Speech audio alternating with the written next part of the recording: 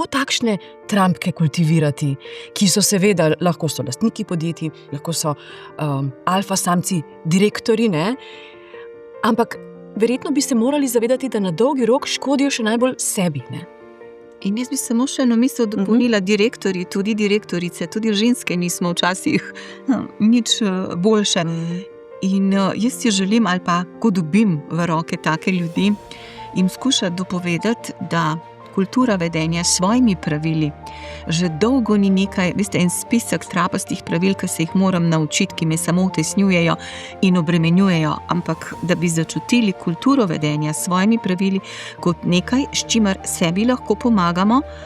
ko se srečamo pred neutesanci, ko moramo kot vodje recimo postaviti meje, ko moramo reči ne, ko moramo iskati neke kompromise, in zato, da nismo žaljivi. In vse to, kar ste tako odlično in tako lepo navedli, kaj se lahko zgodi v nekem delovnem okolju, če bi se vsak ravnal samo po osnovnih pravilih kulture vedenja, bi bila zgodba zelo enostavna.